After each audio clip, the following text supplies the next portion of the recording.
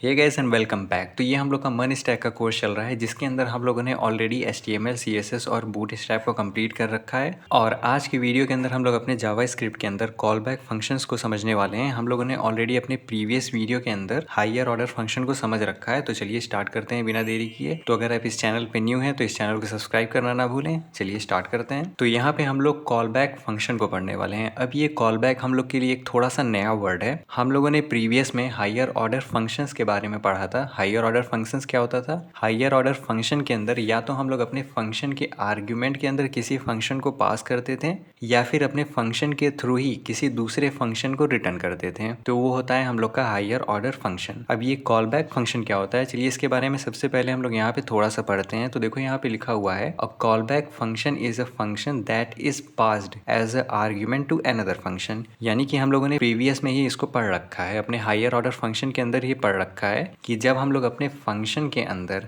किसी दूसरे फंक्शन को एज अ आर्ग्यूमेंट पास करते हैं तो उसको हम लोग कॉल बैक फंक्शन बोलते हैं।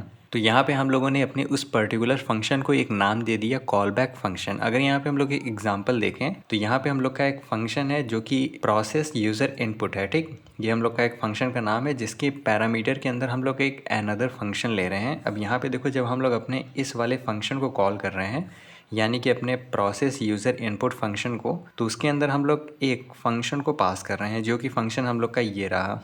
ये हम लोग का फंक्शन हम लोग अपने इस वाले फंक्शन के पैरामीटर के अंदर पास कर रहे हैं। तो इस वाले फंक्शन को हम लोग बोल देते हैं कॉल बैक फंक्शन। यानी कि जिस भी फंक्शन को हम लोग अपने किसी फंक्शन के आर्ग्यूमेंट के अंदर पास करते हैं उस पर्टिकुलर फंक्शन को हम लोग कॉल बैक फंक्शन बोलते हैं। ठीक, तो यहाँ पे ये हम लोग का एक प्रोसेस यूज़र इनपुट फंक्शन है। इसके पैरामीटर के अंदर हम लोग अपने इस डिस्प्ले मैसेज फंक्शन को पास कर रहे हैं।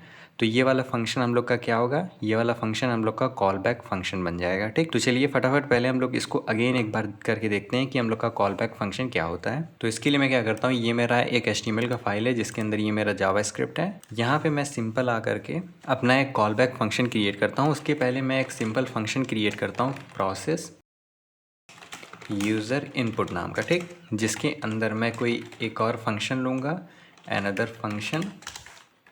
अब मैं यहाँ पे क्या करता हूँ, एक वेरिएबल क्रिएट कर लेता हूँ यूज़र इनपुट नाम का, जिसके अंदर हम लोग हेलो को स्टोर कर लेते हैं। ठीक, अब मैं यहाँ पे क्या करता हूँ, मैं एक और फंक्शन क्रिएट करता हूँ डिस्प्ले मैसेज नाम का, जो कि अपने पैरामीटर के अंदर कोई मैसेज को लेगा और उस मैसेज को कंसोल लॉग करा देगा। ठीक, अब यहाँ पे हम लोग अपने प्रोसेस यूज़र इनपुट फंक्शन को कॉल करेंगे और अपने इस डिस्प्ले मैसेज वाले फंक्शन को यहाँ पे पास कर देंगे। तो यहाँ पे अब ये वाला जो फंक्शन है, क्योंकि इस फंक्शन को हम लोग अपने इस वाले फंक्शन के आर्ग्यूमेंट के अंदर पास कर रहे हैं, तो ये वाला फंक्शन हम लोग का कॉल बैक फंक्शन बन गया। ठीक, तो यहाँ पे हम लोग क्या करेंगे, अपने डिस्प्ले मैसेज को पास करेंगे। अब यहाँ पे एक चीज़ ध्यान से देखना कि जब भी हम लोग यहाँ पे एज अ पैरामीटर किसी आर्ग्यूमेंट के अंदर अपने फंक्शन को पास करते हैं तो हम लोग यहाँ पे राउंड ब्रैकेट को नहीं लगाते हैं, हम लोग केवल अपने फंक्शन के नेम को पास करते हैं। ठीक, तो यहाँ पे जैसे ही मैंने अपने इस फंक्शन के नेम को यहाँ पे पास कर दिया, यानी कि मैंने अपने इस फंक्शन को पास कर दिया, ये फंक्शन अब हम लोग के इस वाले पैरामीटर के अंदर स्टोर्ड है। ठीक, अब यहाँ पे आकर के मैं जैसे ही अपने इस वाले फंक्शन को कॉल करूँगा, अब हम लोग यहाँ पे अपने पैरामीटर को लगाएंगे और यूज़र इनपुट को पास करेंगे। ठीक, अब अगर मैं सेव करूँ तो ये देखो हम लोग का हेलो प्रिंट होकर के आ गया। अगर मैं यहाँ पे लिख देता हूँ वेलकम, सेव करूँ तो ये रहा हम लोग का वेलकम। अब ये जो वेलकम है हम लोग के इस वाले कॉल बैक फंक्शन के थ्रू प्रिंट हो रहा है। ठीक, अगर हम लोग यहाँ पर आ करके राउंड ब्रैकेट लगा देते हैं, अब अगर मैं सेव करूँ तो ये देखो हम लोग को एरर आ जाएगा। एरर क्यों आएगा? क्योंकि हम लोग डायरेक्टली अगर अपने फंक्शन के आगे तुरंत हम लोग अगर राउंड ब्रैकेट को लगाते हैं तो इसका मतलब ये है कि हम लोग तुरंत अपने इस वाले फंक्शन को इन्वोक कर दे रहे हैं, यानी कि हम लोग तुरंत अपने इस वाले फंक्शन को कॉल कर दे रहे हैं। ठीक, इसलिए जब भी हम लोग अपने किसी भी आर्गुमेंट के अंदर इसको पास करते हैं तो हम लोग अपने राउंड ब्रैकेट को नहीं लगाते हैं। इसका मतलब क्या होगा? इसका मतलब ये होगा कि हम लोगों ने अपने इस वाले फंक्शन को अपने इस वाले फंक्शन के अंदर पास किया है, बट हम लोगों ने उसको इन्वोक नहीं किया है, क्योंकि हम लोग उसको बाद में इन्वोक करेंगे। तो यहाँ पे देखो हम लोग बाद में हम लोगों ने इसको इस वाले फंक्शन को इन्वोक किया हुआ है, तब हम लोग यहाँ पे अपने राउंड ब्रैकेट का यूज़ किए हैं। ठीक, तो ये है हम लोग का एक basic concept call back function का। तो अब यहाँ पे क्वेश्चन आता है कि हम लोग कॉल बैक को क्यों पढ़ रहे हैं, क्योंकि हम लोग के जावा स्क्रिप्ट के अंदर काफ़ी ढेर सारे ऐसे फंक्शंस होते हैं जो कि कॉल बैक फंक्शन को एक्सेप्ट करते हैं। हम लोगों ने काफ़ी ढेर सारे फंक्शंस को ऑलरेडी पढ़ रखा है, बट जितने भी हम लोगों ने फंक्शंस को पढ़ा है वो कॉल बैक को एक्सेप्ट नहीं करते थे। यानी कि अगर हम लोग यहाँ पे टू अपर केस का यूज़ कर लें या फिर टू लोअर केस का यूज़ कर लें, तो ये सारे फंक्शंस हम लोग के कॉल बैक को एक्सेप्ट नहीं करते हैं। बट हम लोग के पास कुछ ढेर सारे ऐसे भी फंक्शंस होते हैं जो कि कॉल बैक फंक्शन को एक्सेप्ट करते हैं। तो चलिए एक एक करके उसका एग्जांपल देखते हैं हम लोग। तो यहाँ पे हम लोग का सबसे पहला फंक्शन है जो कि है हम लोग का फॉर ईच। फॉर ईच हम लोग के एरे के अंदर अप्लाई होता है, और ये जो फॉर ईच है ये हम लोग के कॉल बैक फंक्शन को एक्सेप्ट करता है। यहाँ पे थोड़ा सा हम लोग पहले पढ़ते हैं इसके बारे में। तो देखो यहाँ पे लिखा हुआ है the for each method in JavaScript is use to iterate over the element of an array and apply a provided function to each element. It doesn't return a new array. इस चीज़ को हम लोग थोड़ी देर में समझने वाले हैं। सबसे पहले हम लोग इतनी चीज़ को ही समझते हैं। तो देखो यहाँ पे लिखा हुआ है कि ये जो हम लोग का फॉर ईच है ये हम लोग के एरे के सारे एलिमेंट पे आइटरेट करेगा, और जो भी फंक्शन हम लोग अपने इस फॉर ईच के अंदर पास करे होंगे वो अप्लाई करेगा अपने सारे एलिमेंट के ऊपर। अब इसका मतलब क्या है, यहाँ पे अगर हम लोग देखें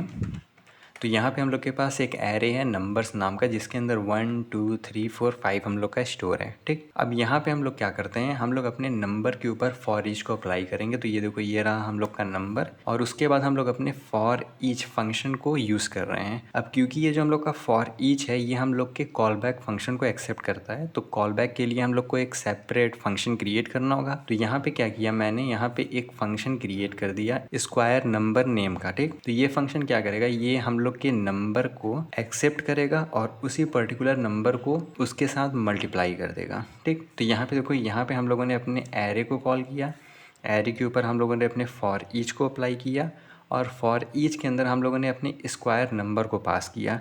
तो ये वाला जो हम लोग का स्क्वायर नंबर है ये हम लोग का कॉल बैक फंक्शन है। और यहाँ पे ये जो हम लोग का फॉर ईच है जो कि हम लोग के जावा स्क्रिप्ट के अंदर इनबिल्ड मेथड है, ये हम लोग के कॉल बैक को एक्सेप्ट करता है। ठीक, तो यहाँ पे आउटपुट क्या आएगा, यहाँ पे हम लोग के पास आउटपुट आएगा 1, 2 इंटू 2 हम लोग का 4 हो जाएगा, 9 हो जाएगा, 16, उसके बाद 25। तो ये हम लोग का आउटपुट आएगा। अब आप लोग कहोगे कि यहाँ पे हम लोगों ने कोई पैरेंथेसिस नहीं लगाया और उस पैरेंथेसिस के अंदर अपने एरे के एलिमेंट को हम लोगों ने नहीं पास किया, तो यहाँ पे पैरेंथेसिस के अंदर वो वैल्यू कैसे पास हो जा रहा है। अगेन मैंने आपको इससे प्रीवियस में समझाया था कि हम लोग जब अपने फंक्शन को आर्ग्यूमेंट के अंदर पास करते हैं तो हम लोग राउंड ब्रैकेट को नहीं लगाते हैं। क्यों नहीं लगाते हैं, क्योंकि हम लोग बाद में इन्वोक करते हैं अपने पर्टिकुलर फंक्शन को।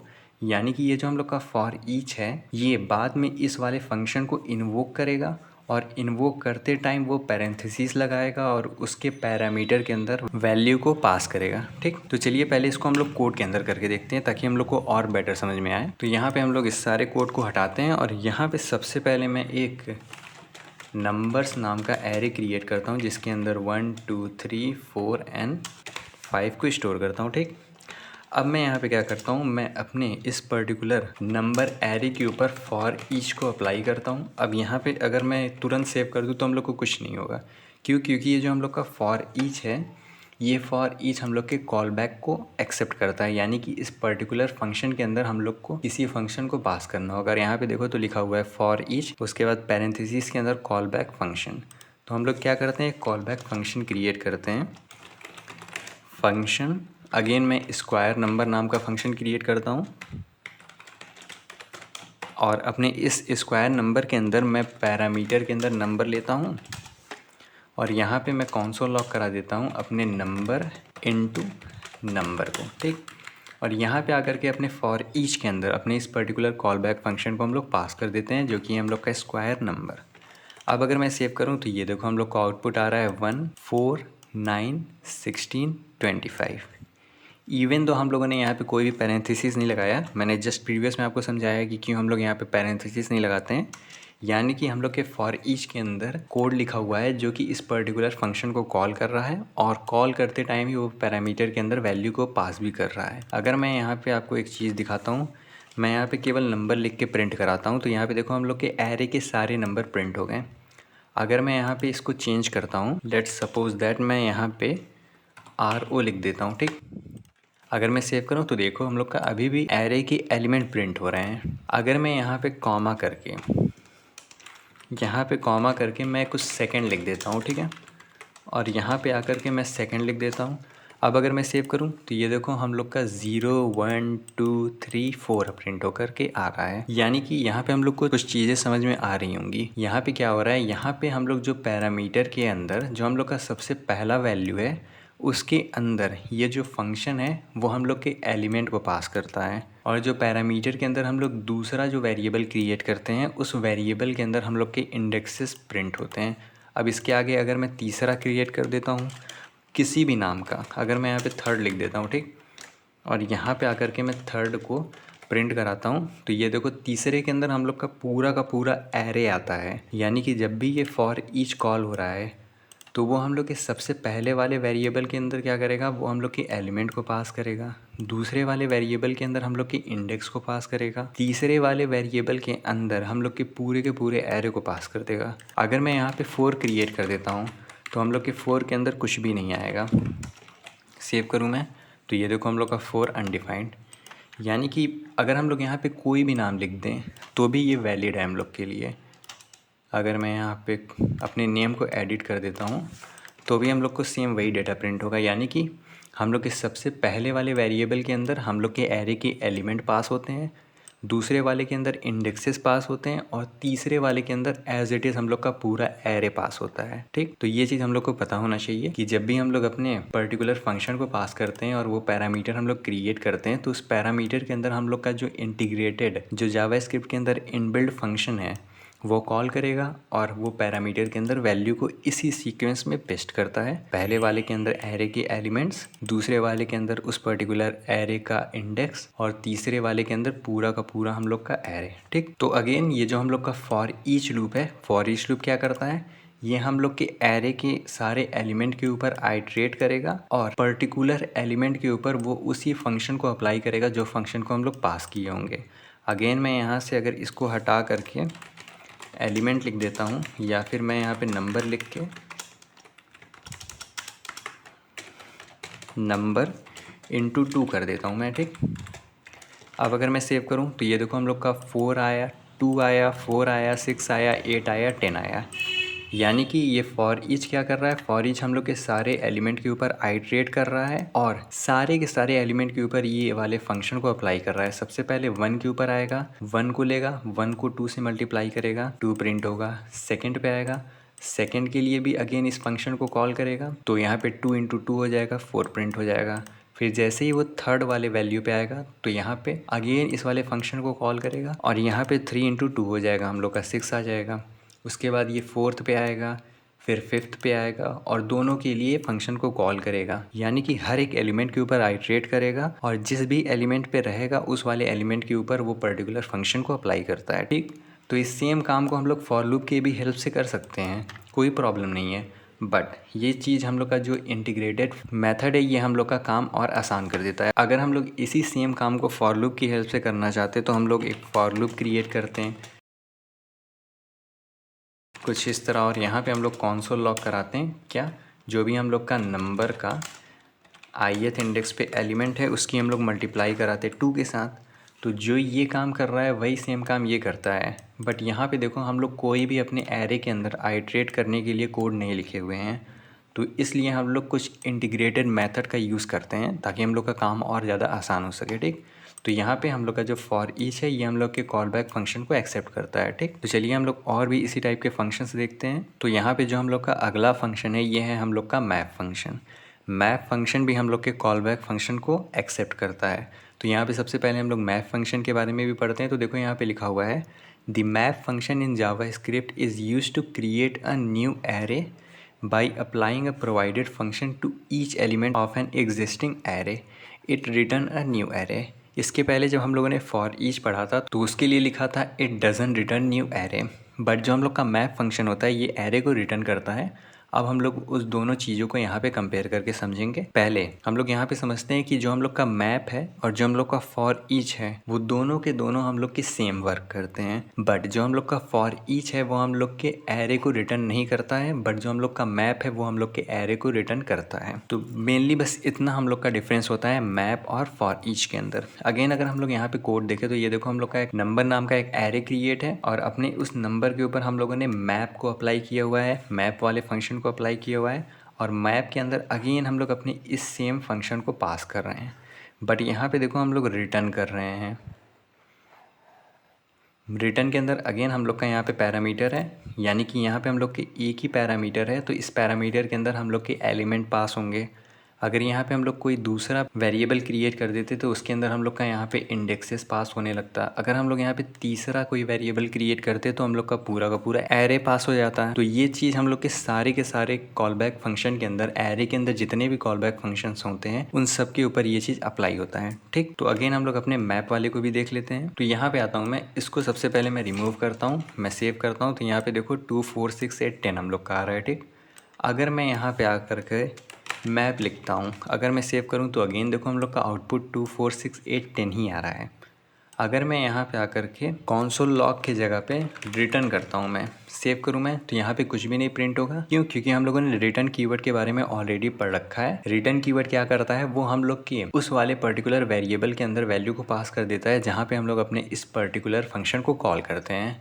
यानी कि यहाँ पे हम लोगों ने इसको कॉल किया हुआ है इस वाले फंक्शन को, तो यहाँ पे जितनी भी वैल्यू है यहाँ पे वो रिटर्न हो चुकी है। तो हम लोग को उस वैल्यू को किसी न्यू एरे के अंदर स्टोर करना होगा। तो लेट न्यू एरे हम लोग लिख लेते हैं यहाँ पे और इसको सेव करते हैं और नीचे आकर के मैं कंसोल लॉग कराता हूँ अपने न्यू एरे को। अब मैं सेव करता हूँ तो ये देखो हम लोग का एक न्यू एरे क्रिएट हो गया जिसके ऊपर हम लोग का ये वाला फंक्शन अप्लाई हुआ है। यानी कि हम लोग का जो ओरिजिनल एरे है उसके अंदर 1 2 3 4 5 है, बट जो हम लोग का न्यू एरे है उसके अंदर 2 4 6 8 10 है। यानी कि हम लोग के एक एक नंबर के ऊपर 2 मल्टीप्लाई हुआ है और वो जो न्यू हम लोग का वैल्यू है वो हम लोग के न्यू एरे के अंदर स्टोर हुआ है। अब अगर मैं यहाँ पे मैप की जगह पे अगर मैं यहाँ पे फॉर ईच का यूज़ करता तो यहाँ पे देखो अनडिफाइंड आ गया। यानी कि यहाँ पे जो चीज़ लिखा हुआ है वो चीज़ इसी को रिप्रेजेंट करता है कि जो हम लोग का मैप फंक्शन होता है, मैप फंक्शन क्या करेगा, the map method in JavaScript is use to create new array by applying a provided function to each element. यानी कि मैप मेथड हम लोग का एक न्यू एरे क्रिएट करेगा अपने पर्टिकुलर एलिमेंट के ऊपर उस फंक्शन को अप्लाई करने के बाद। बट जो हम लोग का फॉर ईच होता है वो क्या करेगा, वो हम लोग के कंसोल करने के लिए यूज होता है, बट वो कोई भी न्यू एरे को क्रिएट नहीं करता है या फिर वो किसी भी वैल्यू को रिटर्न नहीं करता है। ठीक, तो ये मेजर डिफरेंस होता है हम लोग के मैप में और फॉर ईच के अंदर। अगर मैं अगेन यहाँ पे मैप लिख देता तो हम लोग का मैप फंक्शन क्या करता है, न्यू एरे को रिटर्न करता है, इसलिए हम लोग के इस वाले एरे के अंदर हम लोग के न्यू एलिमेंट स्टोर्ड हैं। बट अगर मैं यहाँ पे फॉर ईच लिख दूँ तो फॉर ईच हम लोग के वैल्यू को रिटर्न नहीं करता है, जिसके कारण वो हम लोग के इस वाले वेरिएबल के अंदर स्टोर नहीं होगा। और क्योंकि इस वाले वेरिएबल के अंदर कोई वैल्यू अगर स्टोर नहीं होगी तो वो हम लोग को अनडिफाइंड दिखेगी। ठीक, तो ये हम लोग का एक मेजर डिफरेंस होता है। तो इसको आप कोड के अंदर करके देखना ताकि आपको बेटर समझ में आ सके। तो चलिए हम लोग आगे के और ढेर सारे देखते हैं। तो यहाँ पे जो हम लोग का अगला मेथड है वो है हम लोग का फिल्टर मेथड। तो चलिए सबसे पहले इसके बारे में हम लोग समझते हैं। तो देखो यहाँ पे लिखा हुआ है the filter method in JavaScript is use to create a new array. यानी कि फिल्टर मेथड भी हम लोग का मैप की तरह ही एरे को क्रिएट करेगा। ठीक, उसके बाद लिखा हुआ है with element that passes a certain condition it iterates over each element in array and include only those element for which the provided function return true. यहाँ पे एक कंडीशन आता है, वो कंडीशन क्या है कि इस पर्टिकुलर फिल्टर के अंदर अगर जो भी हम लोग कॉल बैक फंक्शन को पास करते हैं वो कॉल बैक फंक्शन बेसिकली एक कंडीशनल फंक्शन की तरह वर्क करता है। एग्जाम्पल के लिए यहाँ पे देखो हम लोगों ने एक नंबर नाम का एरे क्रिएट किया है जिसके अंदर हम लोग के 1 से लेकर के 9 तक के एलिमेंट स्टोर्ड हैं। ठीक, अब यहाँ पे अगर मैं अपने इस नंबर के ऊपर फिल्टर मेथड को अप्लाई करता हूँ और फिल्टर मेथड के अंदर जो हम लोग कॉल बैक फंक्शन को पास कर रहे हैं वो फंक्शन क्या कर रहा है, वो हम लोगों ने यहाँ पे एक फंक्शन क्रिएट किया फाइंड ऑड नाम का, जिसके अंदर हम लोग पैरामीटर के अंदर अपने नंबर को ले रहे हैं। तो बेसिकली इस नंबर के अंदर क्या पास होगा, इस नंबर के अंदर हम लोग के सारे एरे के एलिमेंट 1 बाई 1 पास होंगे। ठीक, अब यहाँ पे सबसे पहले हम लोग का यहाँ पे 1 पास हो गया। ठीक, अब यहाँ पे अंदर जब हम लोग अपने फंक्शन के अंदर आ रहे हैं तो हम लोग रिटर्न क्या कर रहे हैं, नंबर मॉड्यूलो 2 इक्वल्स टू 1, यानी कि अगर पर्टिकुलर नंबर हम लोग का ऑड होगा तब ये यहाँ से ट्रू रिटर्न करेगा। ठीक, अब जैसे ही यहाँ से ये ट्रू रिटर्न करेगा, यहाँ पे जो हम लोग का फ़िल्टर मेथड है ये क्या करता है, ये भी हम लोग के एक एम्प्टी एरे को क्रिएट करेगा सबसे पहले, और यहाँ पे जो वैल्यू ट्रू रिटर्न कर देगी उस पर्टिकुलर इंडेक्स के ऊपर जो भी वैल्यू होगा इसको यहाँ पे स्टोर करेगा। हम लोगों ने 1 के लिए यहाँ पे चेक कर लिया। अब अगर हम लोग यहाँ पे 2 के लिए चेक करें तो 2 के लिए यहाँ पे हम लोग का फॉल्स रिटर्न होगा। क्यों? क्योंकि ये जो 2 है वो हम लोग के 2 से डिविजिबल होता है, तो वो 1 के इक्वल नहीं होगा, वो 0 के इक्वल हो जाएगा। तो 2 के लिए ये हम लोग का फॉल्स रिटर्न करेगा। और क्योंकि इस 2 वाले नंबर के लिए हम लोग का जो स्पेसिफिक कंडीशन है वो हम लोग का फॉल्स रिटर्न कर दिया, तो इस वाले न्यू वाले एरे के अंदर ये फ़िल्टर मेथड उस 2 को स्टोर नहीं करेगा। ठीक, उसके बाद हम लोग का 3 चेक होगा। 3 क्योंकि हम लोग का ऑड है तो यहाँ से वो ट्रू रिटर्न करेगा, तो यहाँ पे हम लोग का 3 स्टोर हो जाएगा। फिर 4 नहीं स्टोर होगा क्योंकि 4 हम लोग का इवन है। फिर हम लोग का यहाँ पे 5 स्टोर होगा। फिर यहाँ पे हम लोग का 6 नहीं स्टोर होगा। फिर यहाँ पे 7 स्टोर होगा, 8 नहीं स्टोर होगा, हम लोग का 9 स्टोर होगा। ठीक, तो यहाँ पे जो हम लोग का न्यू एरे है उसके अंदर हम लोग के केवल और केवल ऑड नंबर स्टोर होंगे। यानी कि फ़िल्टर मेथड क्या कर रहा है, ये हम लोग के फ़िल्टरिंग करने के लिए यूज़ होता है। कैसे फ़िल्टर करता है, वो हम लोग की कंडीशन को चेक करके, अगर हम लोग का पर्टिकुलर कंडीशन ट्रू रिटर्न कर रहा है तो उस पर्टिकुलर इंडेक्स वाले वैल्यू को वो न्यू एरे के अंदर स्टोर करेगा। अगर पर्टिकुलर कंडीशन फॉल्स रिटर्न कर रहा है तो उस पर्टिकुलर इंडेक्स वाले एलिमेंट को वो न्यू एरे के अंदर स्टोर नहीं करेगा। तो चलिए यहाँ पे हम लोग इसके लिए भी कोड लिख करके देखते हैं। तो यहाँ पे क्या करता हूँ, मैं सबसे पहले इन सारे कोड को हटाता हूँ। ठीक, और यहाँ पे हम लोग क्या करते हैं, सबसे पहले एक नंबर्स नाम का एरे क्रिएट करते हैं जिसके अंदर मैं 1 2 3 4 5 6 7 8 एंड 9 को स्टोर कर लेता हूँ। ठीक, उसके बाद मैं क्या करता हूँ, मैं सबसे पहले एक कॉल बैक फंक्शन क्रिएट कर लेता हूँ फाइंड ऑड नाम का। ठीक, और इसके पैरामीटर के अंदर हम लोगों ने नंबर ले लिया, यानी कि हम लोग अपने एरे के एलिमेंट को यहाँ पे ले रहे हैं। ठीक, अब इसके अंदर हम लोग क्या करेंगे, हम लोग सिंपल रिटर्न करेंगे। रिटर्न क्या करेंगे, हम लोग चेक करेंगे कि कौन सा एलिमेंट हम लोग का ऑड है, कौन सा हम लोग का इवन है। तो नंबर मॉड्यूलो 2 अगर हम लोग के 1 के बराबर हो गया तो हम लोग का जो पर्टिकुलर नंबर है वो हम लोग का ऑड नंबर है। ठीक, तो अब हम लोग क्या करेंगे, अपने नंबर्स के ऊपर फ़िल्टर मेथड को अप्लाई करेंगे और अपने इस कॉल बैक फंक्शन को यहाँ पे पास कर देंगे फाइंड ऑड को। ठीक, सेव करूँ कुछ भी नहीं होगा। क्यों? क्योंकि हम लोग का जो फ़िल्टर मेथड है ये भी हम लोग का रिटर्न करता है न्यू एरे को, तो उस रिटर्न वाले एरे को हम लोग को स्टोर करना होगा। तो लेट न्यू एरे, और यहाँ पे आकर के मैं कंसोल लॉग कराता हूँ अपने न्यू एरे को। अगर मैं सेव करूँ तो ये देखो हम लोग का 1 3 5 7 9 प्रिंट हो रहा है। तो यहाँ पे ऐसा क्या हो रहा है, यहाँ पे ये हो रहा है कि हम लोग के पर्टिकुलर एलिमेंट के लिए ये फंक्शन कॉल हो रहा है, और ये फंक्शन हम लोग का चेक कर रहा है कि ये जो हम लोग का पर्टिकुलर एलिमेंट है, अगर वो पर्टिकुलर एलिमेंट हम लोग का ऑड हो गया, ऑड होने का मतलब ये वाला कंडीशन यहाँ पे ट्रू हो गया, तो यहाँ से ये क्या करेगा, ये ट्रू रिटर्न कर देगा।